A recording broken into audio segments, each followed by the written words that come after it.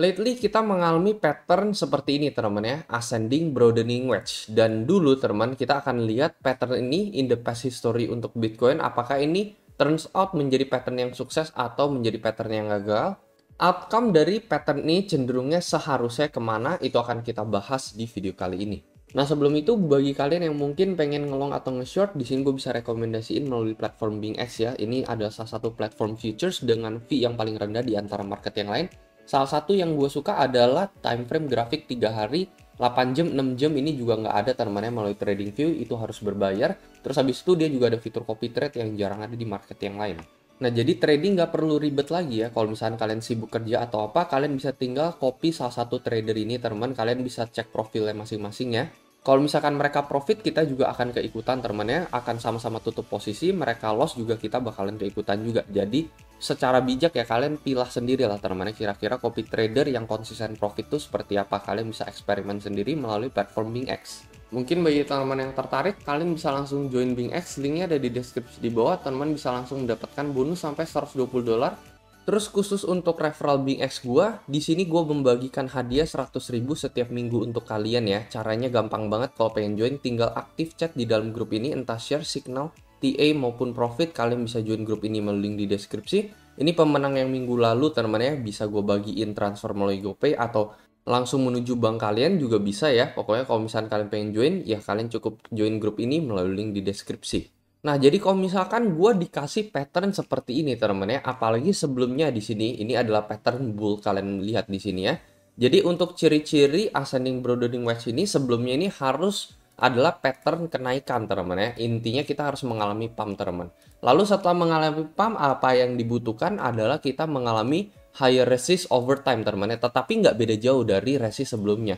Nah misalkan contohnya ini 23.7, ini kan nggak beda jauh sama 23.3. Terus yang satu ini 24, ini juga nggak beda jauh sama yang sebelumnya 23.7, ini juga nggak beda jauh 24.2, nggak beda jauh sama 23 atau 24.000 awal gitu. Jadi beda-beda tipis dan setiap kali kita ingin berusaha untuk melakukan breakout, turns out itu selalu gagal teman-teman ya. Kita langsung kena koreksi di sini. Di sini langsung kena koreksi dan persis ini yang hari kemarin kita juga langsung terkena koreksi di sana ya. Jadi overtime kita mengalami gagal breakout, itu yang pertama. Terus sebelumnya ini harus adalah pattern bullish. Lalu ciri-ciri yang ketiga tadi, kita juga harus mengalami support yang semakin lama semakin tinggi.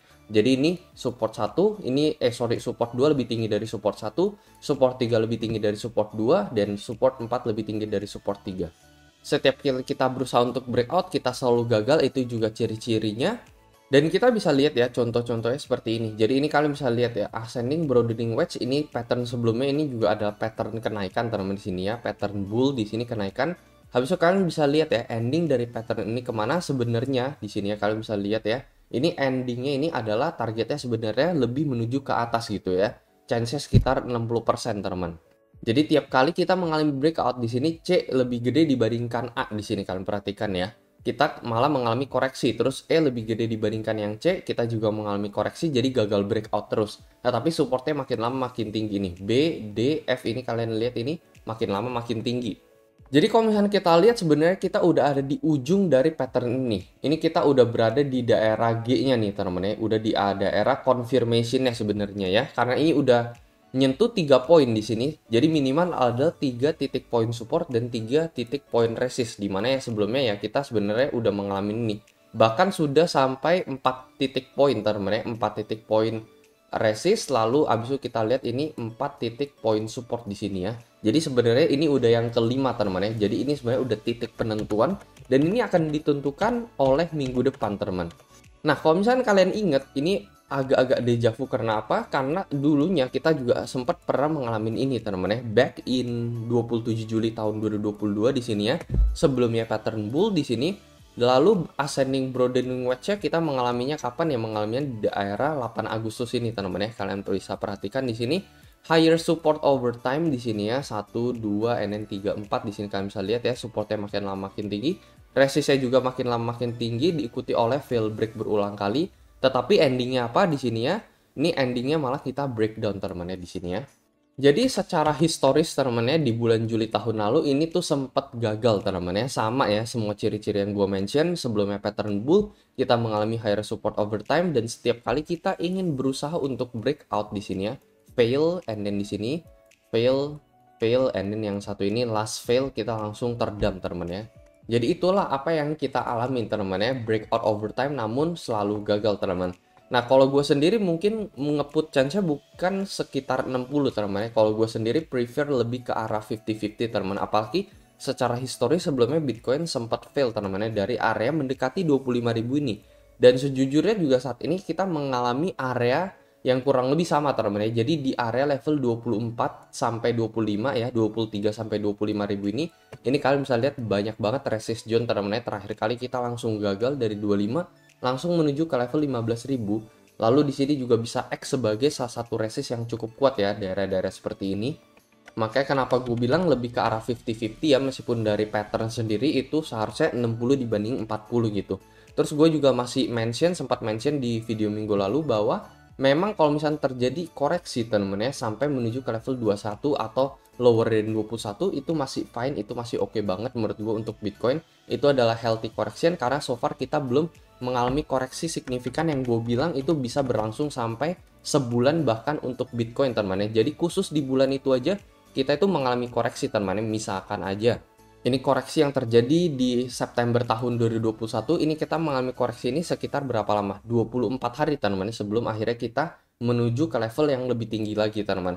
Jadi pasti ada momen dimana dalam sebulan itu kita hanya koreksi gitu ya. Kita tidak mengalami pump terus-menerus, tetapi kita hanya koreksi sehat sebelum kita continuation menuju ke level yang lebih tinggi. Jadi let's say kita koreksi menuju ke level 20 and then dari 20 kita menuju ke level 30 setelah itu. Itu masih possible banget.